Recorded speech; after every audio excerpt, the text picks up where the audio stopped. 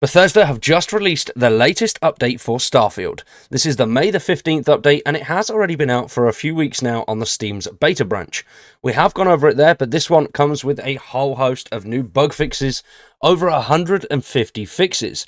Not just that, there are a few new main features, such as improved surface maps, new gameplay options, added ship decorations, and much more. Now, as mentioned, this update is now available for everybody, Xbox and Steam. So if you do want to check it out, jump in. It is a brilliant update with loads and loads of cool stuff. If you are a fan of Starfield, subscribe to the channel, drop a like on the video, and stick around for much more Starfield and Bethesda-related content. If you're a fan of survival stuff, check the link in the description down below. We cover a wide variety of stuff across all of the channels. Now, this update is the May the 15th update, and as mentioned, it did come out on May the 1st. On May the 1st, it released to Steam's beta branch, but now there is a ton more bug fixes. The main bits and bobs for this update haven't really changed. We still have the same stuff that we got, such as improved surface maps, gameplay options, ship decorations, loads of stuff like that. The main feature of this one is obviously the surface maps and the gameplay options. As well as that, there's been plenty of performance and visual fixes for the Xbox Series X. Now, first things first is the new surface maps. Now, these surface maps are absolutely phenomenal. You can see absolutely everything, and if you're out across the star systems on a random planet, landing on that planet tile, as soon as you open up your map, the beautiful thing is you will be able to see everything that's on that tile. You'll be able to see all of the ships that have landed on the planet's surface, as well as actually look at them and what class and what ship they are, so that way you can make a decent decision as to whether you're going to go over there and take it yourself. You can also use your hand scanner now to fast travel between areas inside the actual cities that you visit. So there's not too much of that running around, landing on one specific location, but if you do like to have that run around, or you just want to jump in, fast travel to a certain vendor in a city, you can do both of those options now. The maps are absolutely phenomenal, they look brilliant, and there is so much detail in there.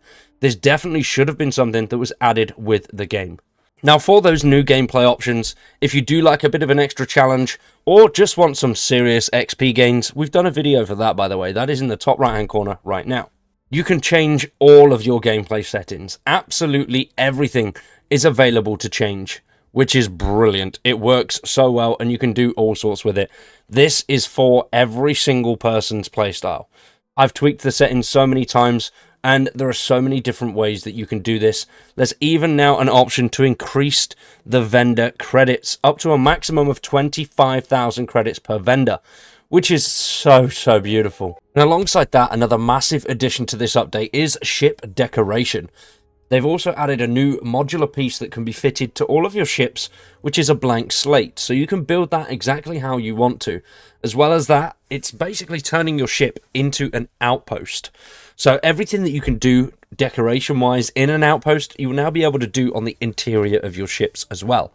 You can add furniture and items to pre-built custom structures that are there, but you can also go for that blank slate and completely create it exactly how you want. As well as that, they have also snuck in a few sneakily little extra bits of furniture, posters, and decorative items, which they don't mention on any of the patch notes, which quite cool that they've added that. I will be going over some of the extra items that have been slid in that aren't in patch notes in the next couple of days, so stick around for that one. Then, of course, we have added new tabs to container menus. So the inventory management is a lot simpler now. You can fine-tune things a little bit better. You can move stuff from one place to another a lot easier than what you could beforehand, and it just makes it less time being in those menus. So it is a lot easier. Same with the surface maps and being able to fast travel through your scanner. Trying to reduce the time you spend in menus, I think, is a big part of what they're trying to go for as the game progresses forward. Now, another thing that you can do, which is going to greatly enhance the replayability of the game, is you can change all traits and appearances after you've entered the Unity. So if you're running through New Game Plus, you don't have to do it on the same character every single time. Soon as you've gone through the Unity, now you can change everything about your character as if creating a brand new one, which is great because, like I say, replayability for Bethesda games has always been there. I do feel like Starfield is lacking that compared to previous titles like Fallout and Skyrim. But having the ability to now restart with all of your credits and missions and everything intact, but with a new character and new traits, is really going to change things. And then another massive part for consoles is the Xbox Series X display settings. And they've changed that, and they want more graphical fidelity control and performance on the Xbox. Similar to how we can on PC customize everything, they wanted it to be a pretty much roundabout way that you can do that on the Xbox. But they do come with a slight downside. For each of these, you will need a variable refresh rate display running at 120 Hz, and verify that your Xbox is set to use that.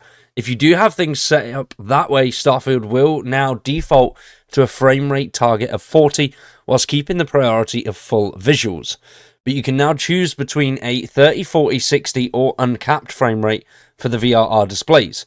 If you don't have a VRR display running at 120 Hz, you'll still be able to select from 30 or 60, but screen tearing may sometimes occur when selecting 60 on a non-VRR display.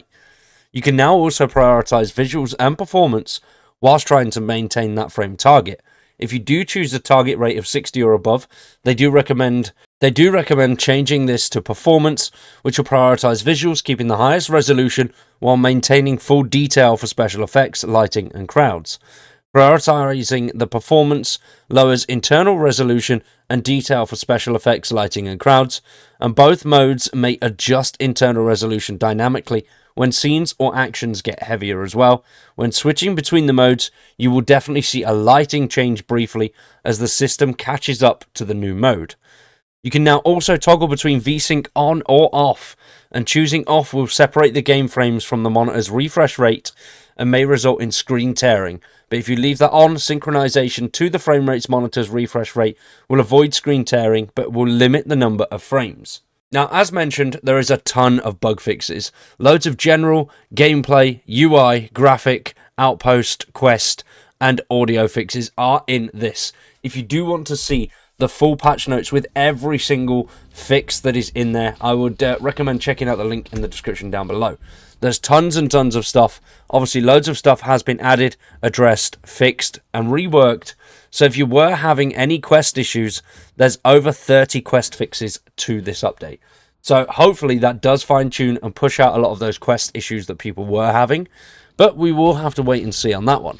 Hopefully we do get some news within the near future of the next update, which is going to be, obviously, ways to traverse the map.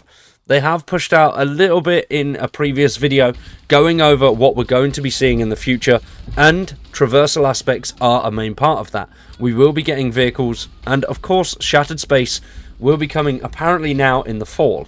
So much for first quarter of 2024. It is a big shame that that has been pushed back, but as mentioned before in some videos, I do think that they've pushed that back because of the reception they've had to the game's launch and how it's played out.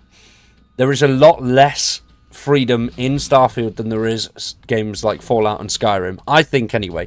And I think they're going to add a bit more of that freedom, and they've reworked how Shattered Space is going to be to cater for what people have been saying and the feedback they've received throughout the main game and these previous months.